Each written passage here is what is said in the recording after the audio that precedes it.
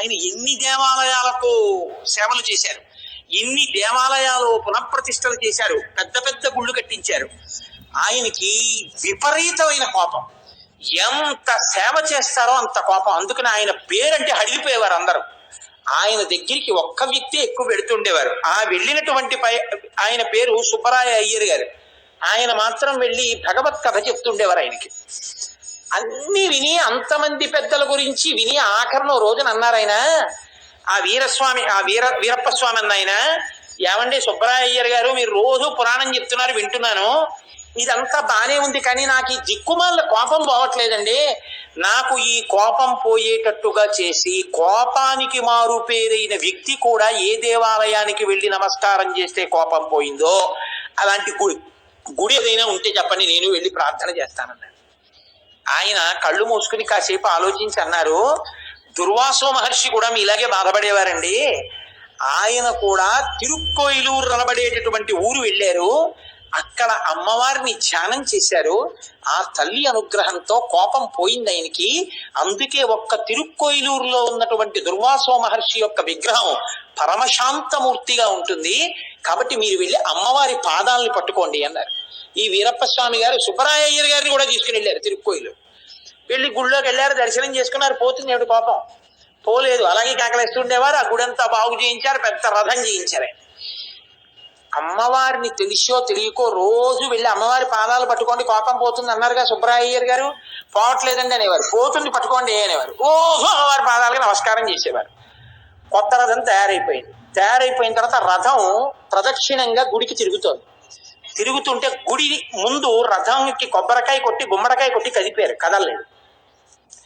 ఎంత కదిపినా కదలకపోతే, ఇదే ఒకప్పుడైతే వెంటనే ఈ వీరప్ప స్వామి పెద్ద పెద్ద కేకలు ఇచ్చేవారు, ఎవడరా రథం చేసిన వాడు, ఎందుకురా కదలటలేదని. ఇప్పుడు ఆయన ఏం అనలేదు, అలా నిలబడ్డారు. నిలబడితే అమ్మవారిని అందరం ప్రార్థన చేద్దామన్నారు. ప్రార్థన చేశారు, కదిలింది రథం. వెళ్ళి కొంత దూరం వెళ్ళి ఆగి మళ్ళీ కదలడం మానేసింది. ఎంత తోసినా కదలటం లేదు. అక్కడ ఉన్న వాళ్ళు అన్నారు, ఏమండి మీకు చెప్తే కోపడతారని చెప్పలేదు, ఇంత పెద్ద రథం కదా, ఈ రథం కదిలేటప్పుడు ఏదైనా బలిస్తే బాగుంటుంది, ఒక కోడినో మేకనో గొర్రెనో బలి ఇవ్వలేదు మనం, బలిస్తే బాగుంటుందండి అన్నారు. అంటే ఆయన అన్నారు, ఏమిటయా జగదంబ, ఈ మాటలకు ఆయనకి ఇంకొకప్పుడు అయితే ఎంత కోపం వచ్చేదో, ఇప్పుడు రోజు అమ్మవారి పాదాలు పట్టుకోవడంలో ఆయనకి తెలియకుండానే పోయింది ఆ కోపం. పోయి ఆయన అన్నారు, అమ్మయ్య ఆవిడ బలి కోరుకుంటుందా? ఎవడయ్యా మీకు చెప్పింది ఈ మాట? నోరు లేని జీవాన్ని తీసుకొచ్చి నేను ఇక్కడ చంపేస్తే దానికోసం ఆ తల్లి ఏడవదయ్యా? దాని తల్లి ఏడిస్తే తల్లి సంతోషిస్తుందా? ఎవరయ్యా చెప్పింది? పోన్లేండి, ఒక పని చేయండి, ఏదో ఒకటి బలి ఇవ్వకపోతే రథం నడవదంటున్నారుగా. నేను పెద్దవాడిని అయిపోయాను, నా అన్న వాళ్ళు ఎవరూ లేరు, ఉన్నదంతా దేవాలయానికి వాటికి ఖర్చు పెట్టేశాను, నేను వెళ్ళిపోయిన తర్వాత మిగిలింది కూడా ఖర్చు పెట్టేయండి, నేను పడుకుంటానయా, చక్రాలు కదిపేయండి నా మించి, నాకేం బెంగలేదు, నిజంగా చెప్తున్నాను అని ఆ ఉత్తరీయం నడువుకు చుట్టుకుని ఆయన రథ చక్రాల కింద పడుకున్నారు.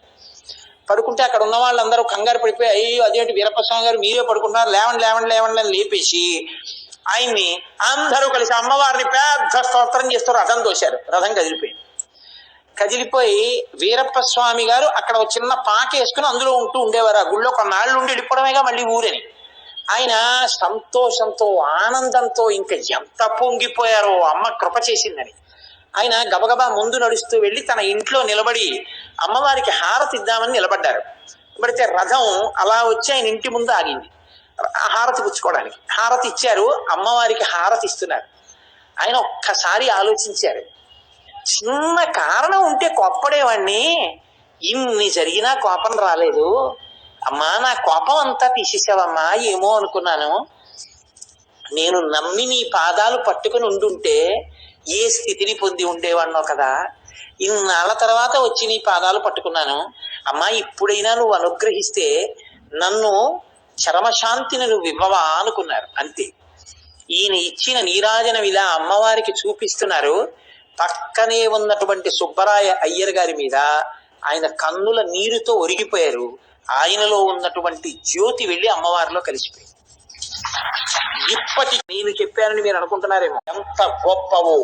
ఆ పాదములు నమ్ముకుని నమస్కారం ఒక్కసారి చేసిన వాళ్ళు ఎటువంటి స్థితిని పొందారో, ఎంత గొప్ప శక్తిని పొందుతారో, ఆ నమస్కారం చెయ్యకపోవడం కృతజ్ఞతైన తల్లి పొందో.